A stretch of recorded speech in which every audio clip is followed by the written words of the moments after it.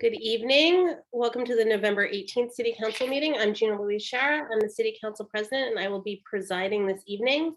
We will begin with public comment, then after public comment, we'll convene the meeting. This meeting and all participating on Zoom will be audio and video recorded.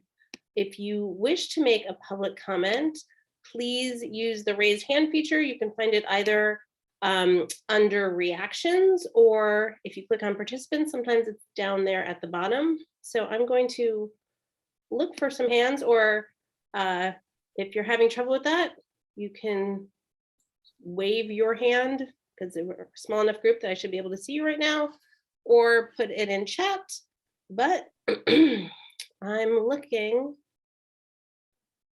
and I don't see any raised hands. I'll give it one more minute. And if not, all right, Laura, I do not see any hands for public comments. So if you could please call the roll. Councillor Dwight. I'm here. Councillor Foster. Here. Councillor Jarrett. Here. Councillor Labarge. Here. Councillor Maori. Here. Councillor Nash. Here. Councillor Quinlan. Here. Councillor Shara. Here. And Councillor Thorpe. Here. Madam President, you have a quorum. Thank you. Okay, our first item on our agenda this evening will be scooting down to any updates from committee chairs. Councilor Maori. Yeah, just to announce our next City Council Select Committee on Council Rules is meeting on Tuesday at 6 p.m. and we're starting to wrap up. We're starting to kind of get our report together and ready for you all. And as usual, we'll have public comment. Excellent, thank you. Any other committees? If not, how about 1 minute announcements? Councilor Jarrett. Thank you. I wanted to make an announcement about the wayfinding signs that will be coming to Florence Center. They're at 7 proposed locations around Florence.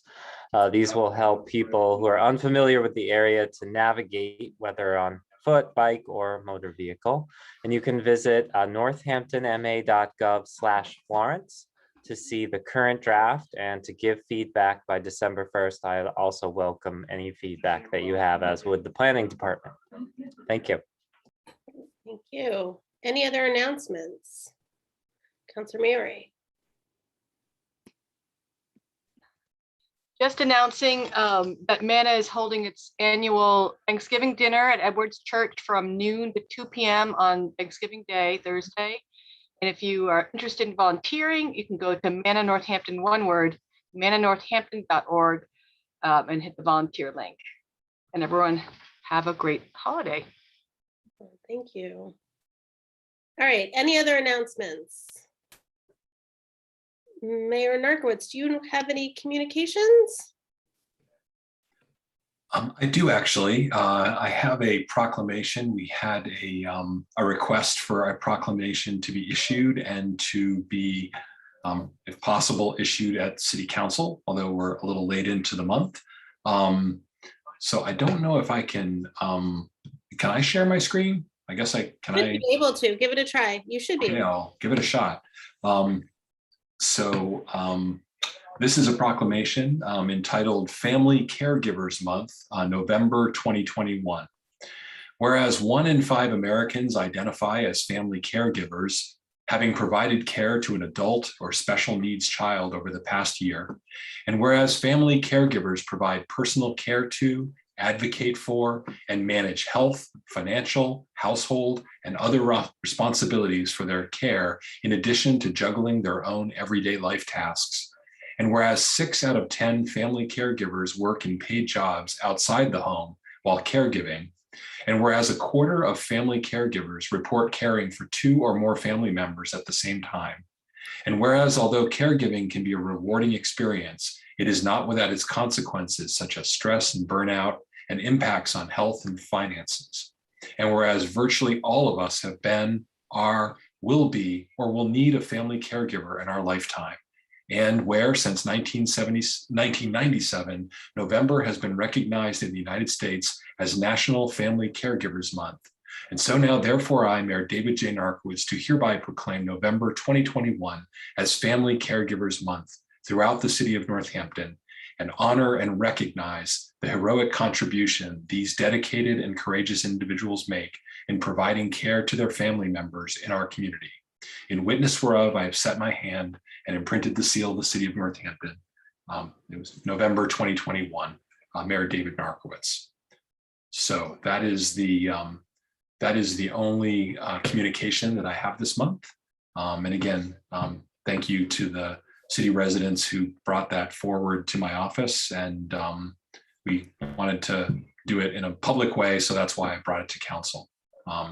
Earlier today, I actually issued another proclamation regarding VNA and hospice workers who also play a critical caregiving role. And I actually went to the Cooley VNA headquarters with Priscilla Ross and her team, and delivered it to them. So caregiving was the theme today, and it's a theme in the month of November. It's also hospice and home care month as well. So much to think about, and obviously to respect the people who do this incredible work. Thank you. Thank you, and thank you for recognizing those caregivers. Let's see, if there are no other communications, then that brings us to the consent agenda. There are 2 items on the consent agenda, and they're just minutes. So these are the minutes from November 4th, 2021, which is a regular meeting, and November 8th, 2021, which is a special meeting. Any removals for discussion? Move approval, please. Second. Motion made by Councilor Dwight, seconded by Councilor Labarge. Roll call, please, Laura, on the consent agenda.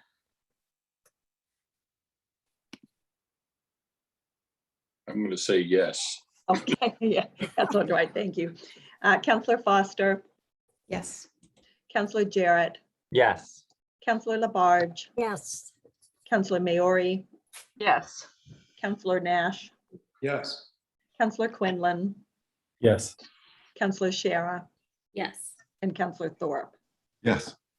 Okay, the consent agenda has passed, and we are now going to recess for finance.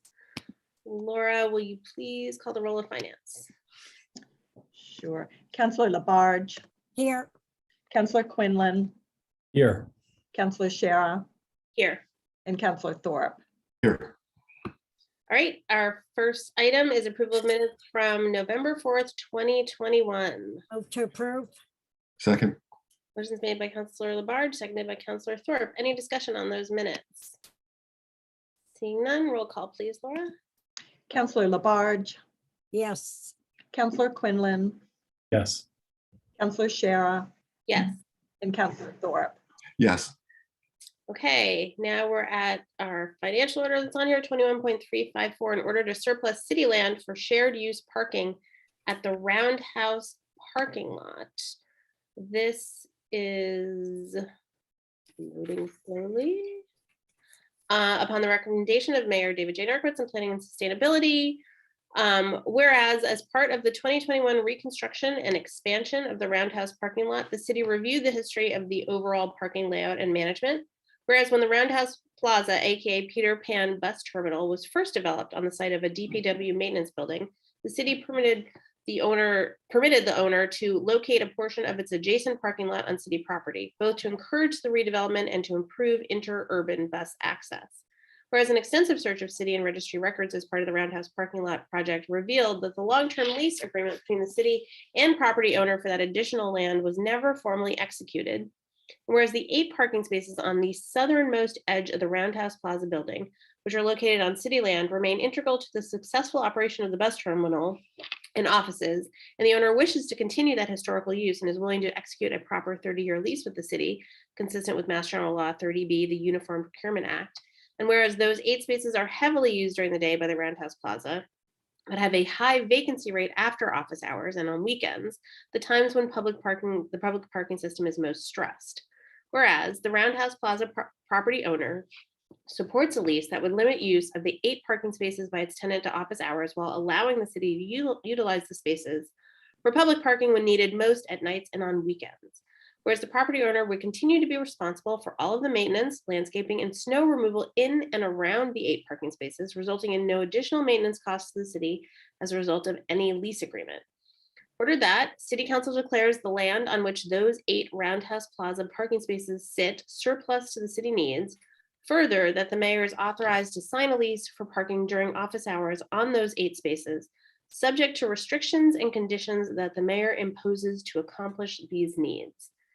And there is you can see the photograph of the area we're talking about and the plans below. So is there a motion, please? Move for approval. Motion is made by Councilor Thorpe, seconded by Councilor Labarge. Mayor Narcoitz, would you like to talk about this? Yes, I can. This is one of those fun municipal mysteries that you sometimes encounter when you start another project, sort of like when you renovate your house and take down the walls and you find something behind the walls you didn't know about. So as part of the Roundhouse project, the Roundhouse parking lot project, we did extensive surveying of the entire property because in part we were also adding additional land to expand the property because we acquired some parcels at the back of the lot. And so we wanted to make sure we had all of that. So as part of that, we discovered this anomaly, which you saw in the order. Actually, I'm going to actually share my screen because no good historical mystery is complete without a historical photo to go along with it.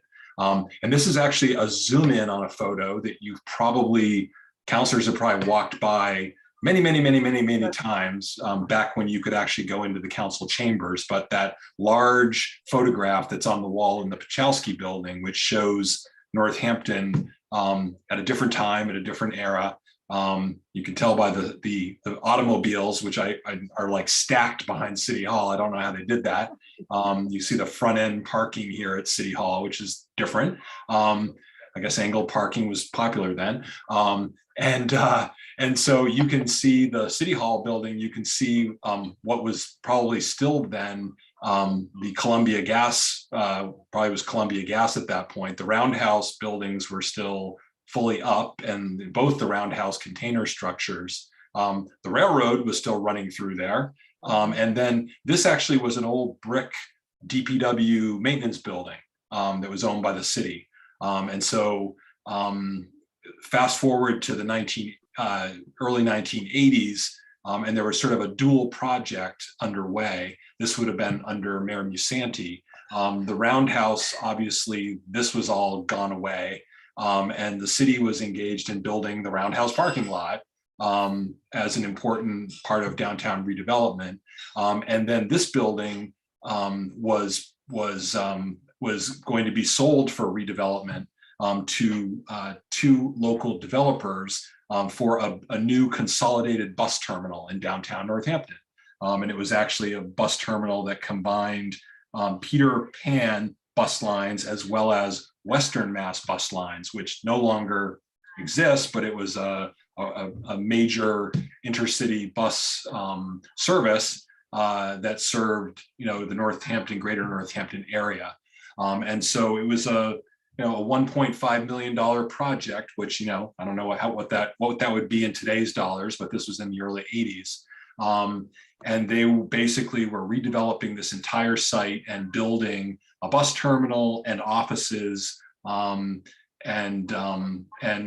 that was the project. And it was being built on, they were sold a parcel to redevelop. There were some changes made to the building over time because of architectural concerns. The footprint changed slightly, but essentially the building as you see it today, which is the 3-story brick building, And then there's sort of that driveway that goes around that the buses all pull up in through. And then is it possible to, if I unshare, if you could show the order again, Laura, just to put up that map again. So when you go there now, it is, it's sort of a self-contained building with its own sort of self-contained little parking lot off this end of the building. And, it's completely, surrounded with a landscaped apron. There is a driveway access. And these are basically tenant parking for the people that rent commercial space throughout the building. And then, this is, you can see here, this is the roundhouse lot. This is now the new perimeter, where the roundhouse, the expanded roundhouse lot is. And so basically, back when they were building the project, they needed a little more room for this parking area. And so the city back at that time agreed to give them, to basically let them use or lease this property to give them the additional parking they needed as part of the project. And it was basically, as it was described to me by there were two developers, only one is still alive. He lives in Florida. I've had lovely conversations with him. His name is John Herlihy. He was the owner of Western Mass Bus Lines. And so basically there was a sort of a long-term, sort of zero, no cost lease to just allow them to have that additional sliver of city land to build sufficient parking to support the building. And parking was a concern because we were also, downtown was getting busy. And so we were building the roundhouse lot and there were concerns about having adequate parking. I think they may have been the first ever case two of paying parking mitigation, because as part of the project, they made a donation to the Parking Commission to help support the roundhouse parking lot construction itself. So in doing all this work, checking, deeds and property lines, we discovered that, there was this sliver of land that this parking lot was built on, but we couldn't find any documents related to it. And as best we can tell, either a lease was never properly executed or filed with the Registry of Deeds. But it's clearly, and Mr. Herlihy does not claim he owns the land. It was part of the project that was put together. So basically what I would like to do, I can't go back to 1983 and correct that. So what I want to do, because I've sort of found this and I don't want future owners or future people to not understand what it is to basically now execute a proper 30 years is the maximum amount of time under Mass General Law that we can do a lease for this little sliver of sort of isolated land. And as consideration for sort of going back and correcting this, they will continue to maintain and they will continue to take care of the landscaping and the pavement and the snow plowing. And then as an additional piece of this, which I think will be an added bonus for the city, would agree to allow it to be just basically daytime professional parking, 8 a.m. to 6 p.m., and that it would be available for public parking, which is obviously one of our busiest times when we need extra parking at night. So this is basically an order to surplus that little yellow sliver of land and allow me to properly execute a lease to make this all legal, this arrangement legal. So sorry for the long-winded story. There's an even other part of the story, which that if you look back at that historical photo, there was like power lines going right over that area. And so it actually was National Grid land that then got swapped to the city. So it was clearly something got lost in the ether when they were doing this project, but we found it, I want to correct it. And obviously it's important, for that office building, it's kind of part of the office building. It's not like you can carve it off in any way. And so I think it just makes the best sense to bring the paperwork up to date so that future development there or future owners will understand the arrangement. Thank you. Any questions? Do they do their own Oh, sorry, I didn't see any hands. Do they do their own enforcement during the day? Yes, they do. Yeah, it's operates as a private lot and they take care of all of that. The city has no involvement. And obviously after 6, there wouldn't be any enforcement because it would be just free public parking. But, there's only like 6 or 7 that are cities, spaces on city land. But he would actually re-sign the lot to say that all of those spaces would be available for public. So it would actually be a net gain of, the addition. I think it's like 12 additionally, I think at last count. So it would just be some additional parking after hours, which, when there's shows at the academy or things like that, it would give extra overflow there. So. Great.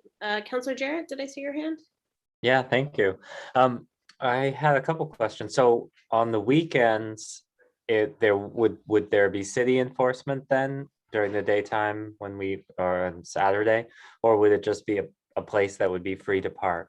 We were thinking that I think our discussions would be that it would be probably business hours Monday through Saturday, and then after 6 on Saturday, and then on Sundays, because it sounded like some of his tenants may have office hours on Saturdays. I think he has some therapists and some other folks in that building. So we would not want it to be, we definitely don't want to turn it into an enforceable lot or a pay lot. We would strictly use it for after hours parking. So I think that we would try to structure it that way so that it would be only during the sort of after hours or Sunday parking times. But we haven't negotiated that piece of it yet. But that would be, do you have thoughts on that or? No, I was just curious about how that. Yeah, I'd rather not. The sign would get really complicated at that point because then we'd have to tell people, and there's no kiosk there. So we really just view this as overflow after hours nighttime parking. So I think we try to structure it that way. Right. Okay. And could you just explain the procurement process a little? Is this something that other people could bid on, or is this just going to be something that will be executed with this one property? I mean, we would put a notice for it. We would definitely put a notice out, and we would put procurement request. And it's one of those things where you have these unique properties, and that and obviously. The unique characteristics of this property being landlocked and being only accessible through private property. And but we would still go through the process, but it's one of those unique properties that it would be very hard for anyone else to satisfy the requirements of, i.e. plowing half of somebody else's lot, and also they would have to provide private parking to the building during the day. And, so we would put it out, but it's just one of those arrangements that is so unique to the topography and the sort of the property layout that it would be difficult for someone else to bid on it, I suppose. So, but under 30B, we would still do a public notification in case there is somebody out there who's got a creative way to do it, but. Okay, great. Thank you for that clarification. Councilor Labarge. You're muted, Councilor Labarge.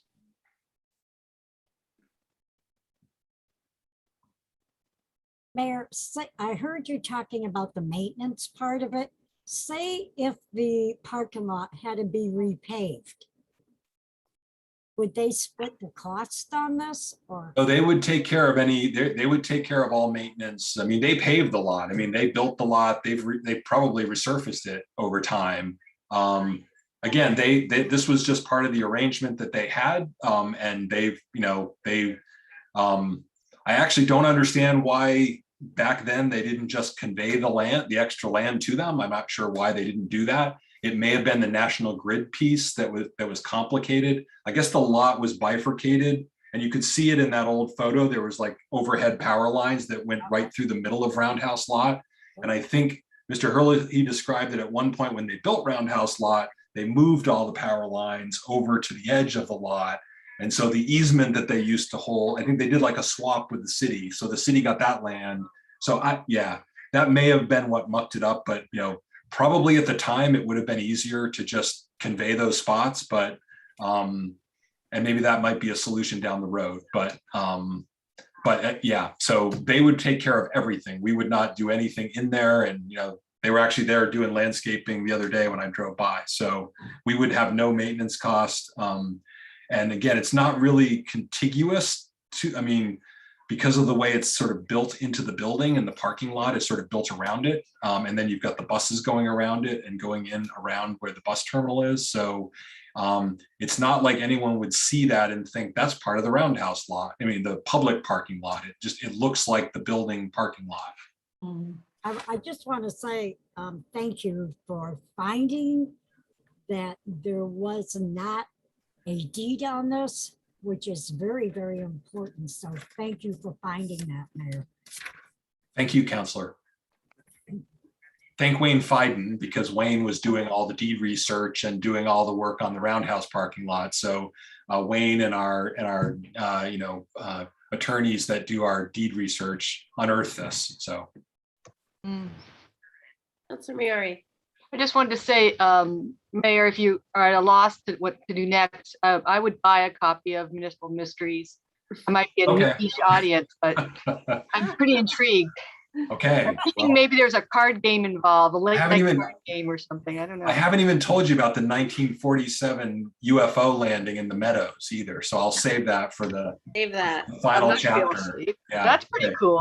I'd love to hear that. Okay. You should do a proclamation on that. Okay. All right. Any other questions or future plans for Mayor Narcoitz? Seeing none. Roll call, please, Laura. Counselor Labarge, Yes. Counselor Quinlan, Yes. Counselor Shara, Yes. and Counselor Thorpe. Yes. Okay, that was the only item. So Move to adjourn. Second. motion is made by Counselor Quinlan, seconded by Counselor Thorpe. Roll call, please, Laura, on adjourning finance. Counselor Labarge, Yes. Counselor Quinlan, Yes. Counselor Shara, Yes. and Counselor Thorpe. Yes. Okay, we are back in the council meeting, and we will take up that same item, 21.354, in order to surplus city land for shared use parking at the Roundhouse parking lot. This is on first reading. Move to approve. Second. Motion made by Councilor Labarge, seconded by Councilor Dwight. Any further discussion? Seeing none, roll call, please, Laura. Counselor Foster, Yes. Counselor Jarrett, Yes. Counselor Labarge, Yes. Counselor Maori, Yes. Counselor Nash, Yes. Counselor Quinlan, Yes. Counselor Shara, Yes. Counselor Thorpe, Yes. and Counselor Dwight. Yes. Okay, that passes in first reading, and there's no request for two readings. Am I right, Mayor? You're muted. Sorry. Sorry, we didn't make a request, but as I sat here thinking about it, I know Mr. Hurley, he's concerned about it. He said, do you want me to fly home from Florida for the council meeting? And I said, no, you don't have to do that. And it doesn't sound like there's any controversy here. And so if you wouldn't mind, it would probably give us a little more lead time to just get this done and executed and noticed. And I think he's just worried about having to start all over again. And so if you would be willing to take a second reading, I think that would be great. You had that pensive second reading look about you. Move to suspend the rules. I was actually considering my future Second. career that had me pensive looking. So when you were talking about all that, so. Motion's made by Councilor Quinlan. Who is the second? Second. Tell me again. I'll second unless anybody beat me to it. No, it might be Councilor Labarge. I just couldn't, I saw Yes. a hand, but I heard a different voice. Okay, any discussion on suspension of rules? Seeing none, roll call on suspending rules, please. Counselor Jarrett, Yes. Counselor Labarge, Yes.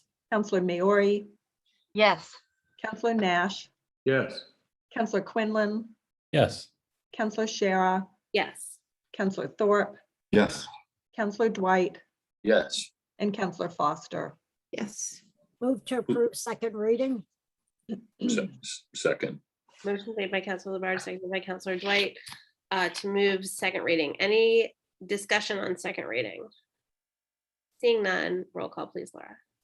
Counselor Labarge, Yes. Counselor Maori, Yes. Counselor Nash, Yes. Counselor Quinlan, Yes.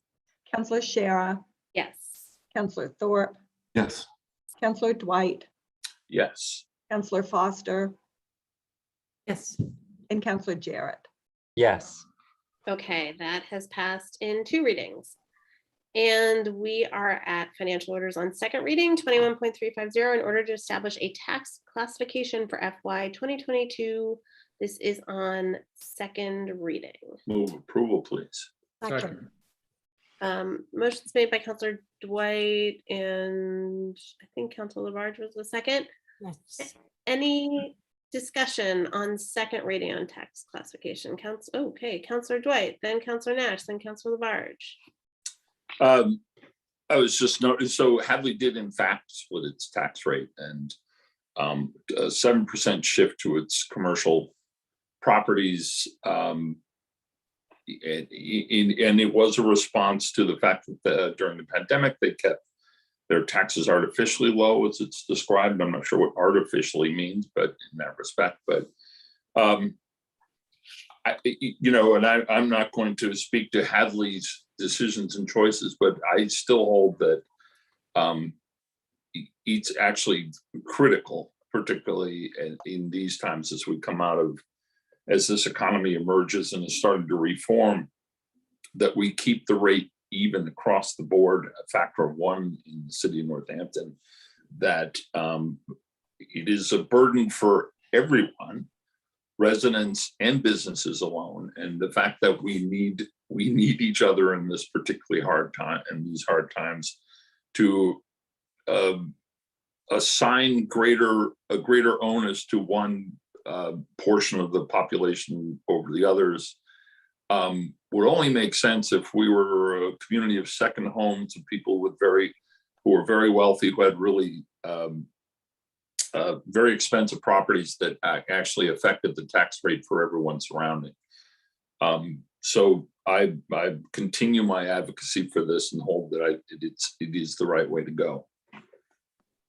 Thank you. Counselor Nash, you're up next. Thank you, Council President.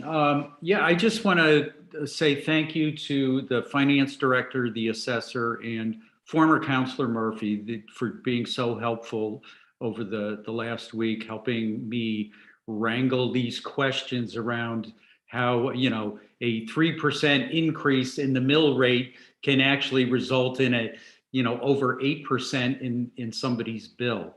And that I think I have a reasonable understanding now, and that we'll actually know the complete truth when we generate the bills and people have that particular information in hand.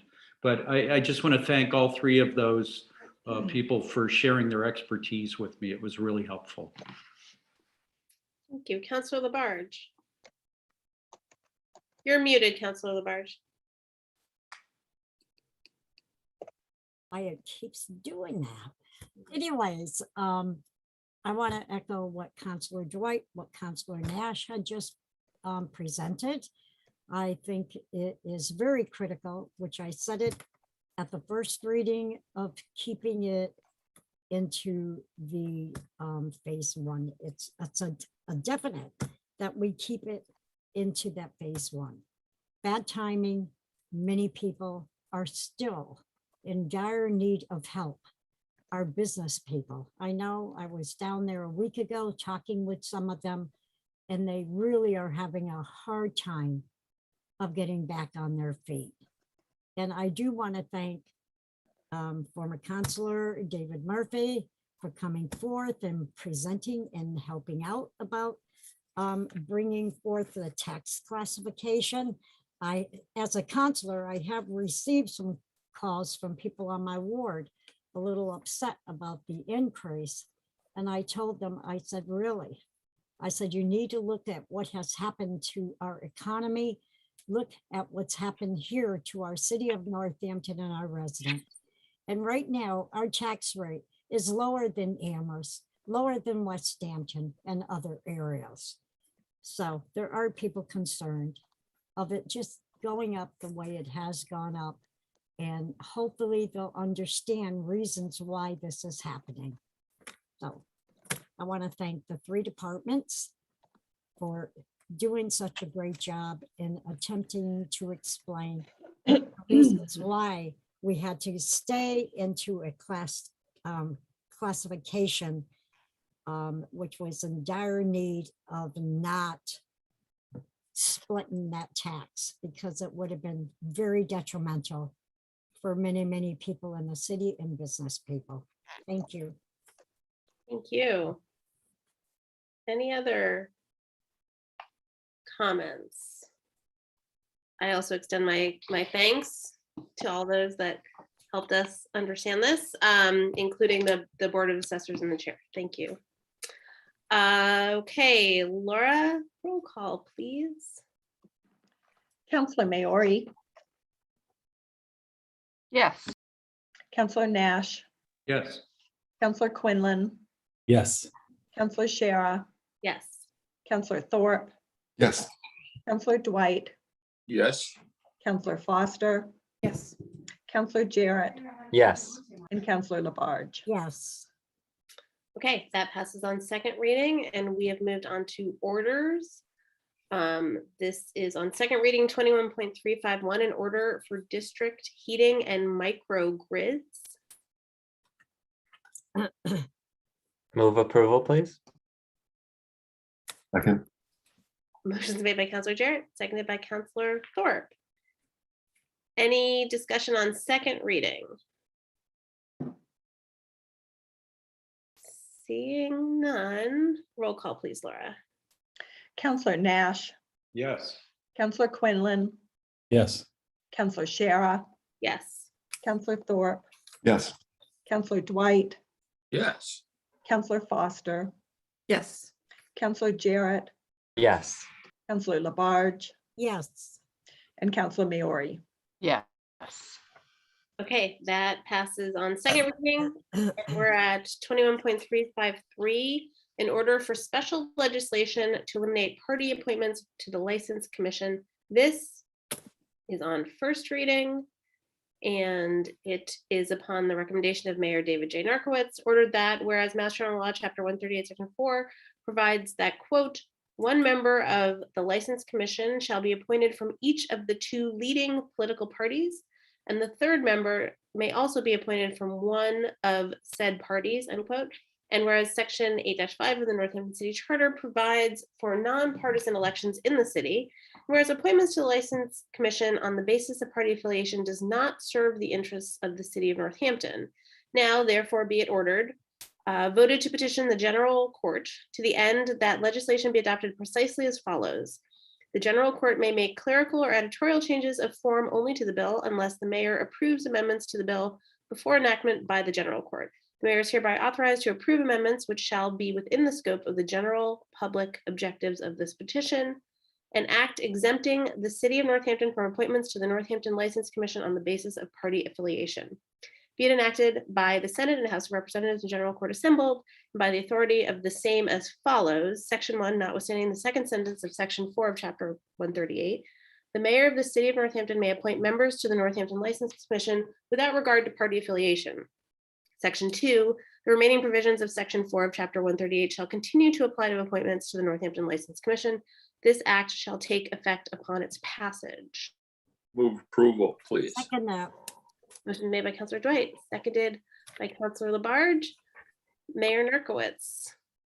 Yes, so there's two multiple member bodies in the city that are bound by state law, and they actually have this party requirement. The Board of Registrars is one of them, and it does require equal representation from the two leading parties is the language. And so when I make appointments to it, I have to, try to solicit members from primarily the Democratic and Republican Party. Ironically, unenrolled is not a party, so people say, well, why not put an independent on there? But being independent in Massachusetts is not a party. It's just you're not enrolled in any party. But the other odd one is the License Commission. And I think it's from a bygone era when we did have partisan local elections. And we did, there was a Democratic Party and a Republican Party, and there were, Republican mayors and Democratic mayors and councilors, et cetera. And so I can only assume that this was a way to try to make sure that there was sort of party equity, I guess, among this very powerful board with a lot of power and control. And so, but today it just doesn't really make sense to me in a nonpartisan environment where we don't run with party affiliations and parties don't really, it's not really part of the process, and issuing liquor licenses and common vic licenses and other things like that. So I guess I'm asking whether this would basically send it to the legislature and see if we could get an exemption, not for the board of registrars, which obviously they still do run party elections, so state primaries and presidential primaries and state elections and federal elections. But for the License Commission, I can't really see any reason. And it's a 3-member body. And it just feels like this is from a bygone era, and whether the state may not have corrected the law, I'd like to sort of bring it up to modern standards for Northampton. So this would approve sending something to the legislature. It would have to be filed, and then it's anybody's guess when it might be when it might be approved. They're obviously going out of formal session until the end of the year, but then they come right back into session for sort of round 2. So the timing would work that it could be filed in the next session, which usually in January, new bills can be filed, but charter bills can actually come, special acts can actually be filed anytime, but we could at least get it in at the start of this second session and have Rep. Sabadosa and Senator Comerford get it moving in the House and Senate. Thank you. Councilor Labarge. Yes, Mayor, so what we're looking at, we have a Democrat and a Republican, right? 2 Yes. parties. And what's the other? You have 3 people on that board. You just have to have representation from at least both of the parties. It's not as prescripted, but and so I have a Democrat and I have a Republican. So I at least have one from each party, and then the third can be sort of either or. So what we're looking at is just eliminating parties in general. Exactly, that there's not a. I agree with you. I think this is Yeah. a good way, and we're going in the right direction. Yes, Thank you. I agree. Councilor Foster. Yeah, I just wanted to chime in to say that I was really pleased to see this on the agenda. It makes a lot of sense as well for the License Commission, which is a really important commission, that the pool of people who are eligible for appointment to that commission is larger if we're removing party affiliation from it. I did reach out to one of the commissioners just to get her take as well, and she said similar to you, in a city where our city council is not elected by party, to her it felt archaic as well that we're going License Commission based on party affiliation as well. So I appreciate you taking this up, and hopefully we can make some progress on it. Thank you. Any other discussion? I have one more. Okay, Councilor Labarge. Yes, thank you. Mayor, would you like 2 readings on this? If the council wanted to, that's fine. I don't think, given that, like I said, the legislature is, I think has already gone out of formal session without passing an ARPA bill, I will say, just saying, or at least coming to an agreement on an ARPA bill. But yeah, so I don't think there's an urgent rush on this. I mean, if you want to do it as a housekeeping and just get it done, that's fine, and we can get it off. Because I have to do the whole rigmarole with Laura, and we have to do like multiple signed copies, and then we'll send it to them, and then they'll say we want something different, and then we'll send it again. And so we could factor that in.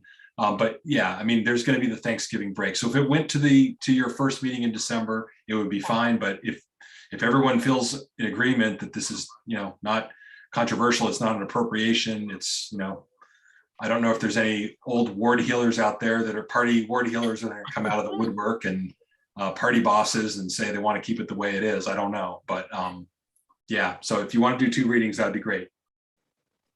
Thank you. All right, any other discussion? Seeing none, roll call, please, Laura, on first reading. Counselor Quinlan,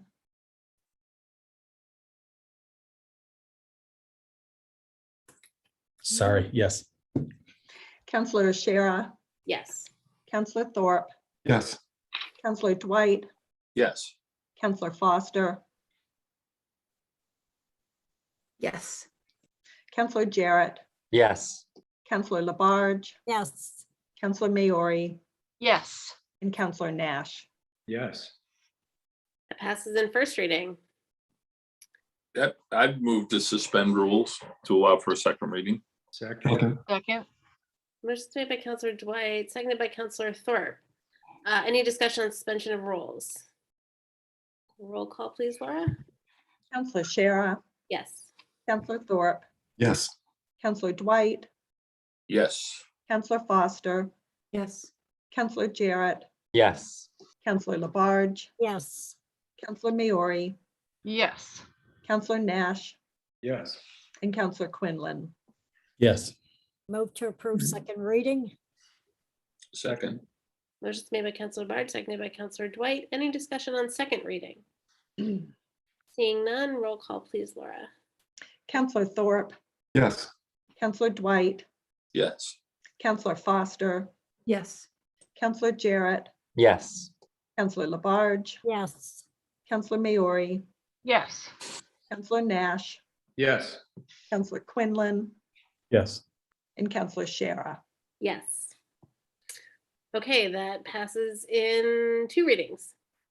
Moving on, we are at ordinances not yet referred. This is 21355, an ordinance relative to housekeeping changes to the general ordinances. We are Move to refer to legislative matters Second. and any other committees that might want to bite of this. Okay, motions made by Counselor Dwight, I think seconded by Counselor Foster, yes? Any discussion on referral to legislative matters? Seeing none, roll call, please, Laura. Counselor Dwight, Yes. Counselor Foster, Yes. Counselor Jarrett, Yes. Counselor Labarge, Yes. Counselor Maori, Yes. Counselor Nash, Yes. Counselor Quinlan, Yes. Counselor Shara, Yes. and Counselor Thorpe. Yes. Okay, that has been referred to legislative matters, and we are at ordinances on first reading, 21.335, an ordinance relative to stop signs on Evergreen Road and Chestnut Avenue.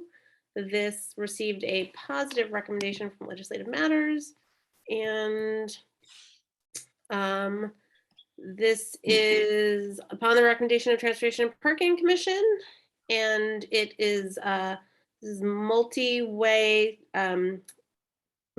stop signs, multi-way stop intersections are established at the following locations: Evergreen Road, direction of east-west at the intersection of Chestnut Avenue and Chestnut Avenue Extension, and then Chestnut Avenue, direction north, intersection of Evergreen Road and Chestnut Avenue Extension. Move to approve, please. Second. First made by Counselor Dwight, seconded by Counselor Labarge.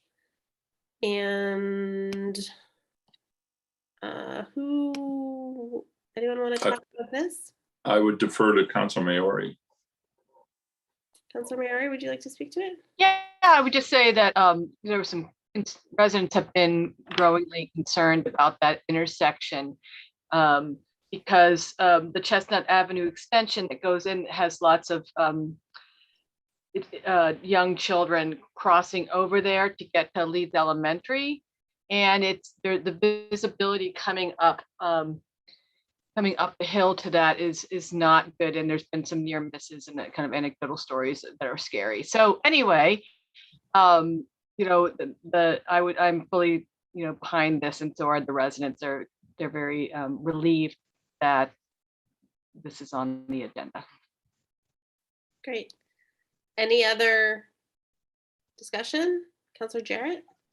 One thing that I remember that came up in transportation and parking about this was the question of why is there no stop sign for the south direction of travel? And that is because it is on private property, that the extension is actually a private road. So there is a stop sign, and that we don't need to put one. Got it. Yep. That is right. Any other discussion?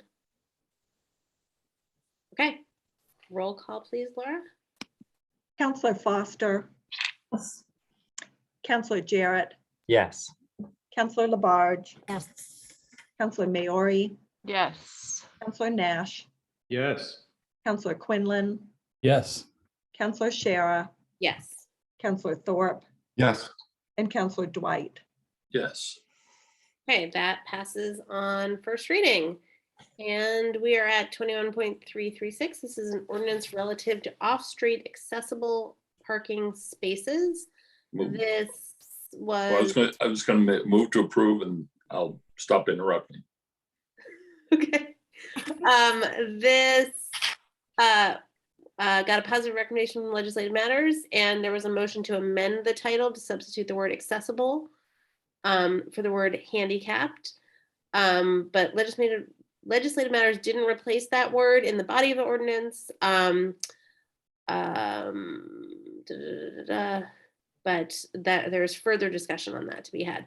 So let me pull it up. And this is also upon the recommendation of the Transportation and Parking Commission. This is schedule 16th. On-street and off-street handicap parking spaces. Off-street handicap parking spaces are established as follows. I'm happy to read these if people would like me to. These are in, they're all recreation fields. So Florence Recreation Field, Sheldon Field, Mains Field, Arcanum Field, Veterans, Broadbrook, Fitzgerald Lake Greenway, Masanti Beach, Ray Ellerbrook Field, and Smith Vocational Agricultural Fields. These are various spaces for van accessible parking, accessible spaces, some being van accessible spaces. Councilor Dwight. We'll need a second, and then I have some comments on this. Okay. So Councilor Foster made not only a reasonable but an appropriate recommendation to modify the language and remove the term handicap as actually as an expression of dignity, for one thing. That Sure is. and we agreed, the body Legislative Matters agreed that was appropriate and right. But in this case, we only changed the title, which is what we're capable of changing, because changing the language as it's written in code, is in the enforcement code, is actually something that the solicitor suggested that he's going to go through the entire body and look for all references in the term handicap and present it to the council to vote as one. And the fact we were concerned, or at least I was concerned, that if we change it, if we remove the term handicap, then it doesn't have a place to go in the code book, because there is no place for accessible parking and accessible systems. So the choice that we made was to approve this, endorse the recommendation of changing the terms, but at the same time wanting to make sure that this actually finds an appropriate place in the code book, and that will presumably subsequently be changed when the solicitor presents us with a package, or more likely presents the next body with a package of updated ordinances with the language corrected. So that's a long-winded explanation as to why it looks wonky as bejesus here. Mhm. Counselor Foster. Then Counselor- Wonky as bejesus is not a term I had on my city council bingo card or for this year, but I'll take it, Counselor Dwight. I appreciate you. I appreciate Legislative Matters amending the title of the code. This is something that I had brought with Councilor Labarge to the Ordinance Review Committee, and you all were instantly, open to those changes. Keith Benoit from the Planning Department has actually gone through and identified, I think it was 41 or 47 instances where we can change the word handicapped to accessible, which is it can sound like I know it's under housekeeping changes, and actually you'll be seeing that next month at Legislative Matters. But it's so much more than a housekeeping change. It's really a chance for our to codify that kind of dignity and proper language into our ordinances. So I'm excited that that's moving forward, and that doesn't take away from actually the importance of this ordinance, which is also something that I feel really strongly about, is that, as you may know, I feel strongly about accessibility and recreation, and it's important that our accessible parking spaces be marked and codified under ordinance so that we're sure that all of these spaces are open to all of our residents, and so that the police can enforce and ticket or parking enforcement can ticket if people are parked in those spots. So I'm excited on multiple levels for this ordinance coming forward.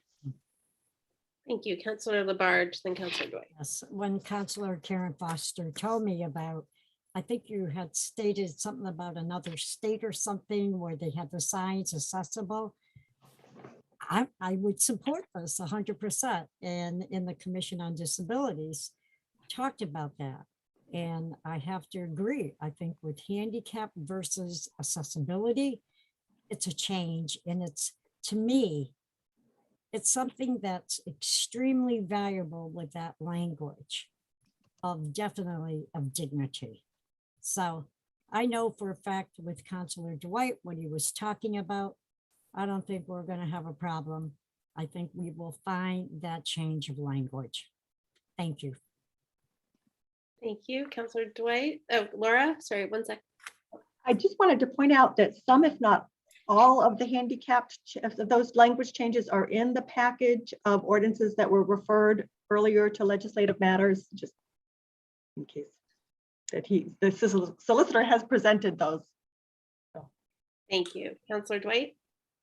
I just wanted to note that almost every item that we're dealing with tonight and have dealt with so far is relative to antiquities and antique artifacts of including house cleaning things. But it's as we start to evolve in our language, as we start to evolve in our process, the parking lot issue was due to the fact that once upon a time the city had a city property committee that ran separate from the executive office. It made decisions and/or gave away rights to property without so much as a deed or just a sort of handshake and a nod. Maybe someone got a turkey for Thanksgiving, but the fact is, we are these little prosaic actions that we are doing actually have value and resonate beyond, because they define a culture and they define the body that deliberates through that culture. So I find it rather touching that we're doing this as a wrap up towards the end of this term, and that we're playing catch up, doing the house cleaning things that are being referred, doing the correcting language and adjusting parking spaces and whatever we do. So this is a nice cozy agenda anyway. Excellent. We like cozy. Counselor Maori. Yeah, I just want to, I'm very glad to see these spaces being established. And when I was a special ed teacher, I was really surprised by the pushback sometimes I would hear about, why do we need so many spaces, accessible spaces, these handicap spaces, they would say, but they're never all full. But I don't think some people, realize that often you're dropping off folks with accessibility issues. And, then you're going to somewhere else or whatever. That's what we do in the van. So it's really crucial that those spots be available and not taken by people who don't have accessibility issues. It was a real pet peeve that the people just didn't seem to get that sometimes you're not actually parking there, but you need it to be available for drop off. I also just want to say how, very grateful I am to Councilor Foster for having eagle eye and correcting this wrong. Thank you. Thank you. Okay, any further discussion? Don't see any. So roll call, please, Laura. Counselor Jarrett, Yes. Counselor Labarge, Yes. Counselor Maori, Yes. Counselor Nash, Yes. Counselor Quinlan, Yes. Counselor Shara, Yes. Counselor Thorpe, Yes. Counselor Dwight, Yes. and Counselor Foster. Yes. Okay, that passes in first reading, and we are at 21.337, an ordinance relative to parking on Main Street. This also received a positive recommendation from Legislative Matters, and similarly, Councilor Foster brought the same language issue on that for this one. Let me pull it up. Move approval. Second. Motion made by Councilor Dwight, seconded by Councilor Jarrett, and this is in the parking prohibited at all times section. And location is Main Street. Side is northwest, point 190 feet northeast of Cracker Barrel Alley, to point 238 feet northeast of Cracker Barrel Alley, and Main Street northwesterly, on the northwesterly side from center to 58 feet southwesterly from Center Street. Main Street southeast, point 180 feet northeast of Old South Street, to point 235 feet northeast of Old South Street. Oh, there's more, I forgot. This is moving on to Schedule 8 on-street parking meter zones. This is Main Street northwest, point 40 feet northeasterly from Cracker Barrel to point 172 feet northeasterly from Cracker Barrel Alley. This is 2 hours, Class 1A. Main Street northwest, 238 feet northeasterly from Cracker Barrel Alley to 58 feet southwesterly from Center, 2 hours. Main Street southeast, 246 feet from northeasterly from Old South to 428 feet northeasterly. Oh yeah, the maps are good. From Old South, also 2A, and then on street and off street handicapped parking spaces. Main Street northwesterly, 14th space northeast of Cracker Barrel Alley, van accessible space. And the motion's already on the floor. I can't see all you all. Here you are. Any? Councilor Nash. Sorry, I'm trying to see everybody. There we go. Councilor Nash. Yeah, thank you. Yeah, the screens are flipping around here. So yeah, these changes came out of transportation and parking, largely at the recommendation of our parking director, Nancy Forrestal, who for many years didn't like the fact that if you look at these spaces, that to exit these spaces or enter these spaces, you have to actually drive through or back up into a crosswalk. And that she'd been working behind the scenes on the TPC, for years to move this forward. And I think it's a great idea that we eliminate these particular spaces that could be dangerous to folks. So that's the thinking behind these spaces. Okay. Removing them. Got it. Councilor Maori. Yeah, so I voted to positively recommend them. That makes total sense to me. Councilor Nash, my only question was, what that will look like. Are there going to be lines? Or, how do you prevent people, if you have this kind of like no man's land, that's, I'm just a concern about that and not be the space that's left there not being used properly if it's not delineated properly.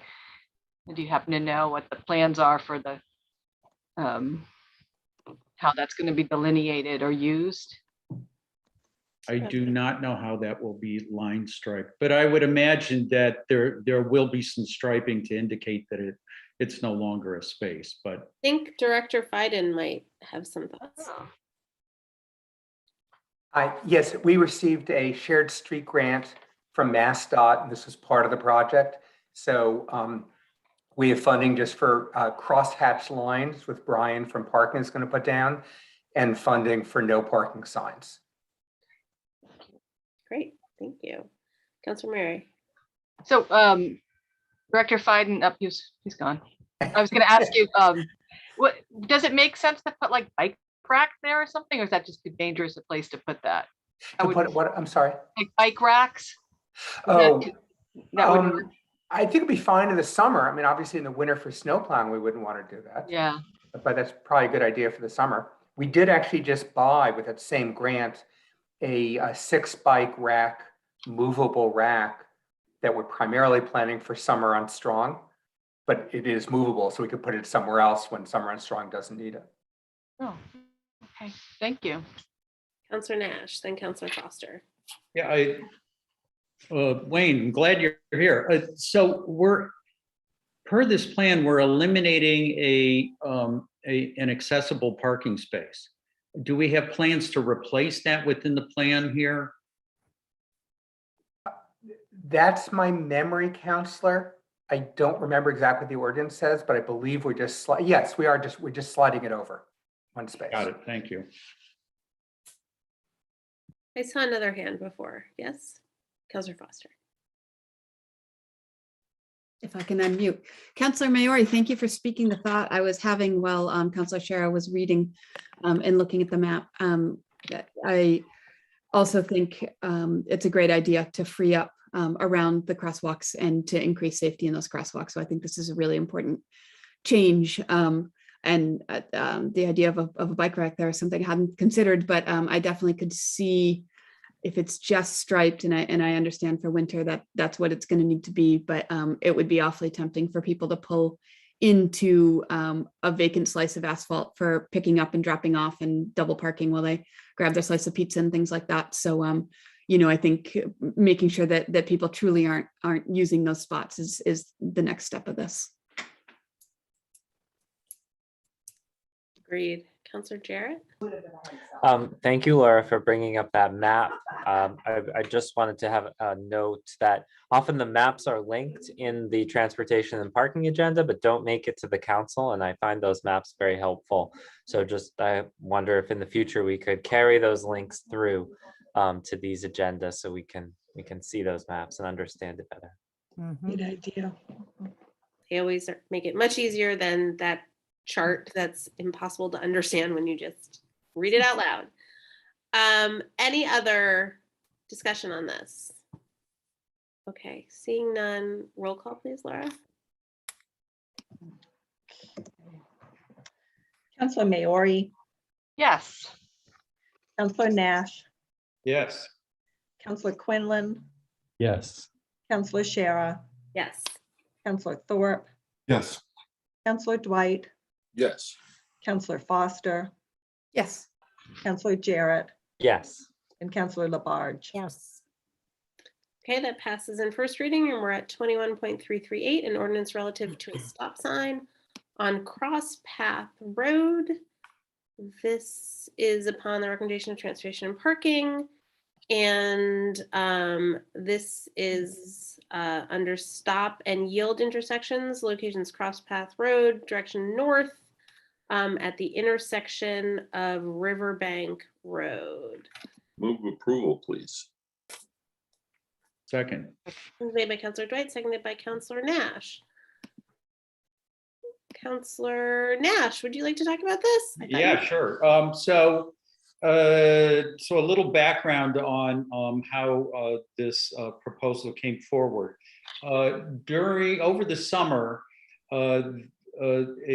somebody went and removed vegetation along the riverbank on Riverbank Road. So Crosspath Road runs directly into Riverbank Road, and without the vegetation there,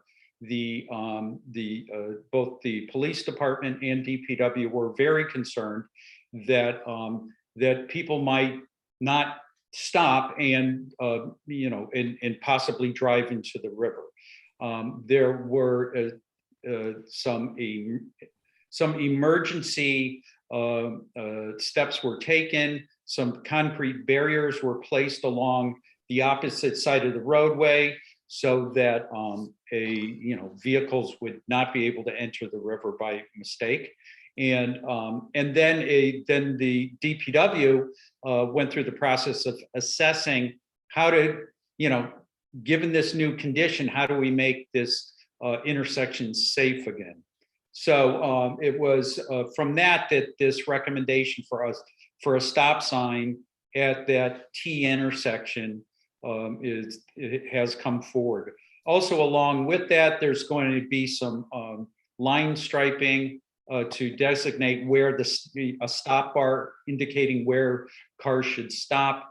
There will also be an arrow sign placed opposite the stop on the other side of Riverbank, a nice large double arrow indicating cars should go in either direction rather than straight, and that there's also some cleanup of some of the brush around the intersection so the sight lines will get improved. So that's why this is here today, and it came out of TPC with a positive recommendation, and it also in legislative matters as well.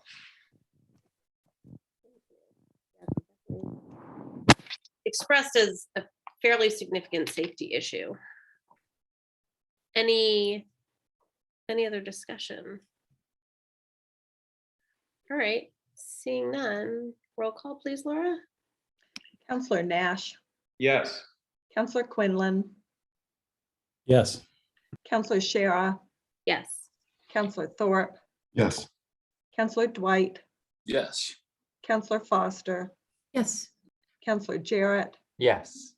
Counselor Labarge, Yes. and Counselor Maori. Yes. Okay, that passes in first reading, and we are at 21.349. This is an ordinance relative to parking on Meadow Street. Also upon the recommendation of Transportation and Parking. This is Schedule 1, parking prohibited at all times. Locations Meadow, side is south from Spring Street to a point 315 feet east of Spring Street.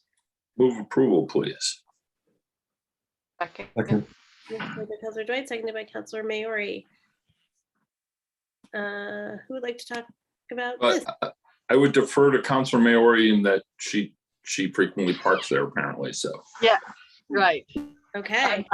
I'm the problem. I'm the cause of this situation. So, yeah, no, it's that when I park there, it's because the fields parking lots are closed in the winter, and I'm not the only one, but I do partake, and so we end up kind of parking on that side, and also Grow Food Northampton folks also sometimes park there, and it's really evidently degrading the land there. We're parking in mud. We're parking on the ground. We're not parking on asphalt. So that will solve this problem, and we'll also will take a chunk that's kind of a safety hazard by the intersection.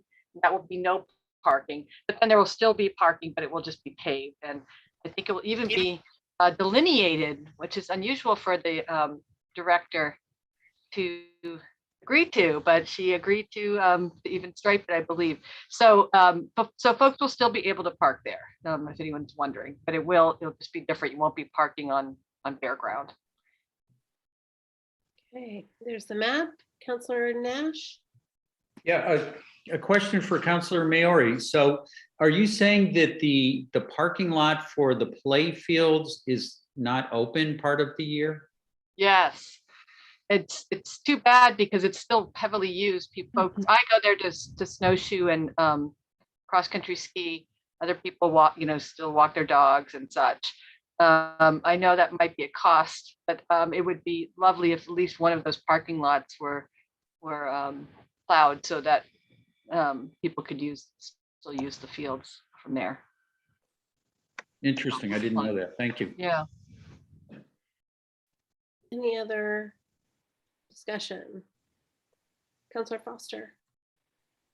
Just because it came up at TPC, just to include if people are wondering, Councilor Nash, I think it was you that ensured there would still be additional parking on like really busy community gardening days at Grow Food.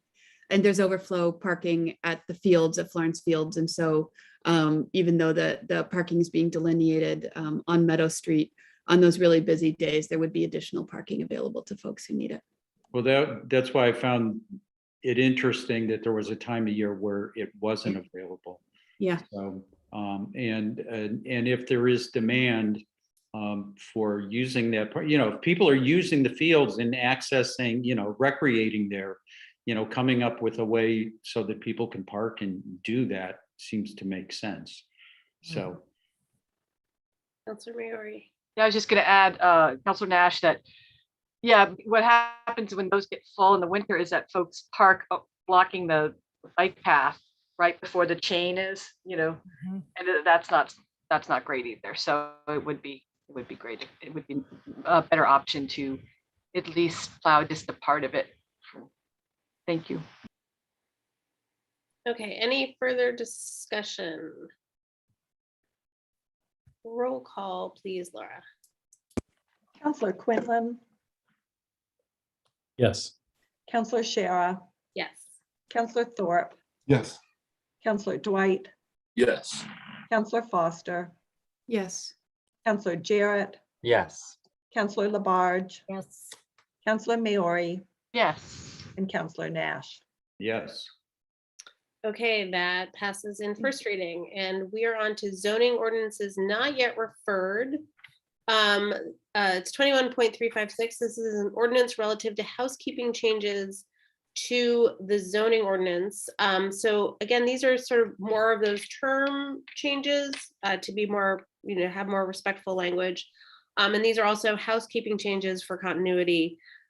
More than actual sort of changes to zoning, but there still needs to be a hearing at the planning board, and it needs to go to legislative matters.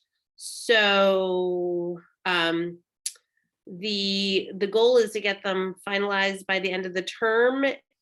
Since I would say the goal would be, since this council oversaw the ordinance review, if the council was amenable to it, to get this done by the end of the term, and so get this to legislative matters and to planning and get it back here in time. If we wanted to do that, it might necessitate 2 readings, maybe in our last meeting, but it can carry over. But if we want to close this out, I just want to lay it in front of you how that's going to play out. So this is to be referred. Move approval to planning board and legislative matters. Second. Motion is made by Counselor Jarrett, seconded by Counselor Dwight. Counselor Dwight. This requires a hearing at the planning board, but not necessarily having the planning board and legislative matters meet to convene to hold a joint hearing. Is that right? Right. I believe that's right. And planning, the way it's working with the calendar, planning would be meeting before legislative matters. So this would work out. Okay. Okay. Any further discussion on referring? Seeing none, roll call, please, Laura. Counselor Shara, Yes. Counselor Thorpe, Yes. Counselor Dwight, Yes. Counselor Foster, Yes. Counselor Jarrett, Yes. Counselor Labarge, Yes. Counselor Maori, Yes. Counselor Nash, Yes. and Counselor Quinlan. Yes. Okay, that has been referred, and we are on to zoning ordinances. 21.318, an ordinance to amend section 350-17 FFR district and 353-4 zoning map to include recreation land. This is on first reading. It received a positive recommendation from Community Resources, Planning, and Legislative Matters. And let me bring it up. Oh, it's very tiny for some reason. Okay, this is upon the recommendation of Mayor David J. Narkowitz and Planning and Sustainability. Hold on, it's very tiny, and now that I've made it bigger, I can't see half of it. Why? Okay, be it. So can you, Laura, can you possibly pull it up on the screen?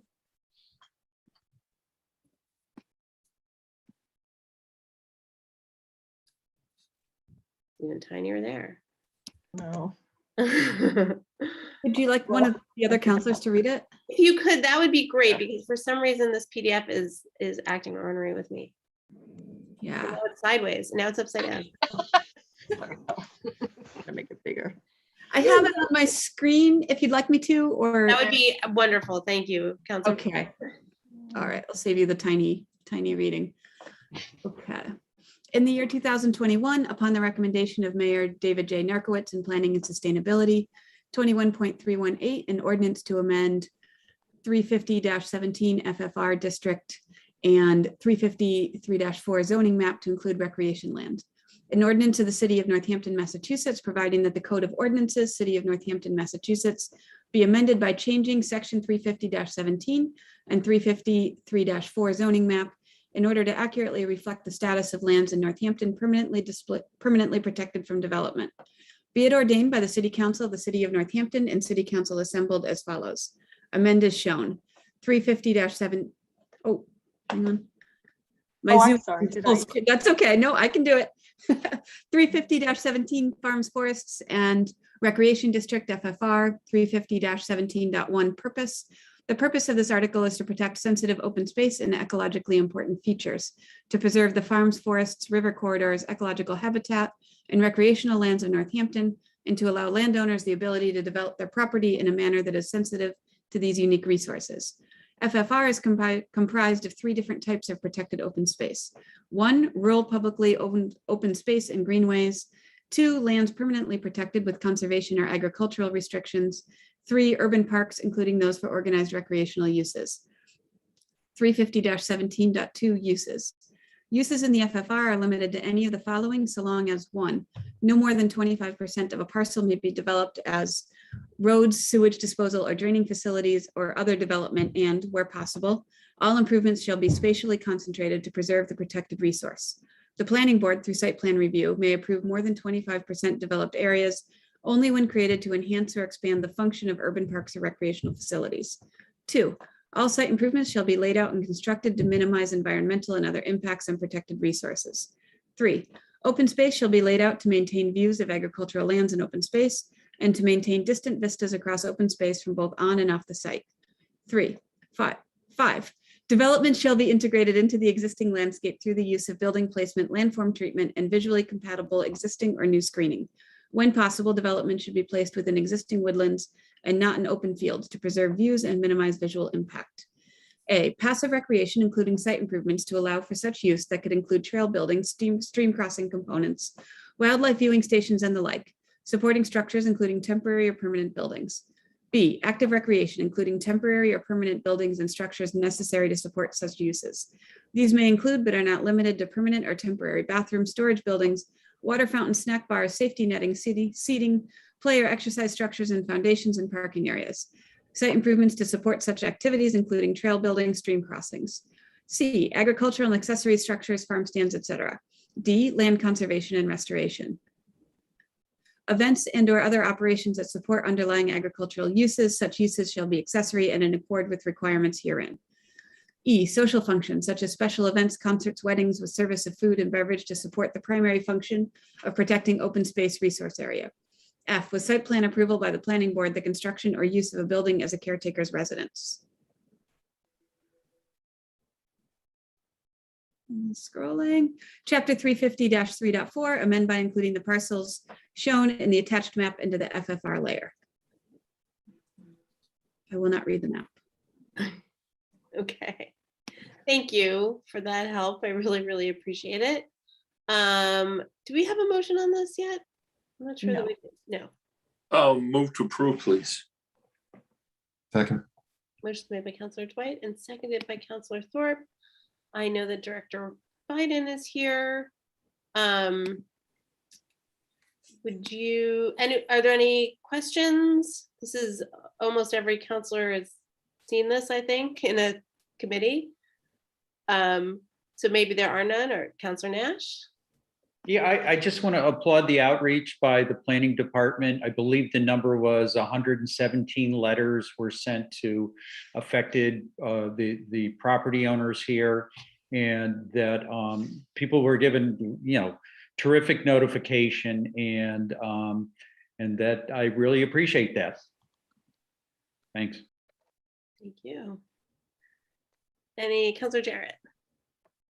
Yeah, I noticed a couple of things I didn't quite understand, and maybe this is just the markup of it in terms of how to refer to it. Okay, 350-17-2 uses, and then 4 seems to be what was 2 and then becomes 4, but doesn't refer to anything but a crossed out 3. So these are just Scrivener's errors, I would guess, if I'm understanding it correctly. Right, so 5 should actually be 4, is that right? That's what it looks like. And then later down, I guess under A, B, and C, just below that under A, B, and C, D, and then E exists, D is crossed out, and then E exists again.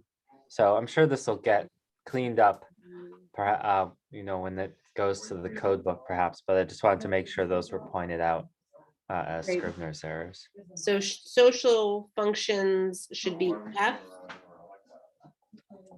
Does that seem right? Perhaps, is that what's intended? Or so there's D, D. land conservation and restoration, and then Okay. events and or other operations. So Okay, so yeah, should be it E. does seem like that becomes E, and then what is shown as E should be F, and then there should be a G. Wayne, do you have any thoughts about this? Are you following along with this alphabet soup? Laura wants to talk, and she probably I'm follows sorry, more Laura. closely than I I was do. just going to offer to correct those anomalies between Carolyn and I before Okay. second reading. I noticed them too as I was reading and hadn't picked up on them before. Okay. Great, thank you. I apologize. Sometimes when we use track changes, for some reason, it messes it up, and it's our fault. It's very hard to follow when with track changes. Any other discussion? All right, I'm not seeing any. So roll call, please, Laura. Counselor Thorpe, Yes. Counselor Dwight, Yes. Counselor Foster, Yes. Counselor Jarrett, Yes. Counselor Labarge, Yes. Counselor Maori, Yes. Counselor Nash, Yes. Counselor Quinlan, Yes. and Counselor Shara. Yes. Okay, that passes in first reading, and we are at 21.319, which is upon the recommendation of Mayor David J. Narcoit's Planning Sustainability, an ordinance to require installation of EV charging stations in parking lots over 25 spaces. An ordinance city of Northampton, providing the code of ordinances be amended to require installation of electric vehicle charging stations and supporting conduit in parking lots larger than 75 spaces, be it ordained by the City Council of the City of Northampton. City Council assembled as follows: add new subsections to chapter 350-8.9 as follows. For new or expanded parking lots that result in the provision of 25 or more spaces, one electric vehicle changing port to space. per 15 instead of 25 parking spaces shall be installed. And then that next section is struck. Move approval, please. Second. Motion made by Counselor Dwight and seconded by Counselor Jarrett. Yes, Laura? I was just seeing that there's a typo in the first paragraph where it says parking lots over 75 spaces. It should be 25. I know Carol and I had corrected that in one version and apparently not in the one that the planning board Okay, had, revised. okay. So that is, We'll correct it. It's a typo. It is 25. okay, great, thank you. Discussion. Counselor Foster. Not about this ordinance specifically, which I think is great, and glad to see encouraging or requiring that new parking lot construction include EV charging stations. And it's mostly just a public appeal that as we think about where our EV charging stations are located, we had this discussion and Community Resources Committee last week, but to be thinking creatively with grant funding or where we place them, reaching out with Northampton Housing Authority, as well as some of the other housing developments to ensure that we really consider where the charging stations are located through an equity lens as well. So I just wanted to very publicly request that, but it's not specifically with the ordinance, and I support the ordinance as is. Great, thank you. It's a good suggestion. Counselor Jarrett. I have a question about the ordinance. I noticed it doesn't talk about any particular kind of charger. So for example, the Tesla chargers are not interoperable with other kinds of electric vehicles, although that may change. But is that just getting too much trying to control things, and we just assume that the market will naturally want to put in the most interoperable charging station, but I just noted that you could just put in something that charges one particular type of car and not others. Can Teslas be charged on only Tesla stations, or can Teslas be charged on anything but only for Tesla charging? Only Teslas can be charged. Does that make sense? Teslas are proprietary, and Teslas are going to go the way of Betamax video versus VHS is what's going to happen. But Councilor Jarrett's absolutely right, and I'm pretty sure the ones, and Wayne will answer this, but I'm pretty sure that the ones we're going to be doing have more universality than Tesla exclusive. Wayne, do you? No. Yeah, I mean, from a zoning standpoint, either one would qualify. If the city was doing, we would certainly want to do universal ones. Mm-hmm. Okay, point. Any other questions or discussion? Okay, seeing none, roll call please, Laura. Counselor Dwight, Yes. Counselor Foster, Yes. Counselor Jarrett, Yes. Counselor Labarge, Counselor Labarge. Yes. There you are. Counselor Maori, Yes. Counselor Nash, Yes. Counselor Quinlan, Yes. Counselor Shara, Yes. and Counselor Thorpe. Yes. Okay, that passes in first reading, and that brings us to the end of our agenda. Move to adjourn. Second. Motion's made by Counselor Foster, seconded by Counselor Dwight to adjourn. Roll call please, Laura. Counselor Foster, Feels a little early, but yes. Counselor Jarrett, Yes. Counselor Labarge, Yes. Counselor Maori, Yes.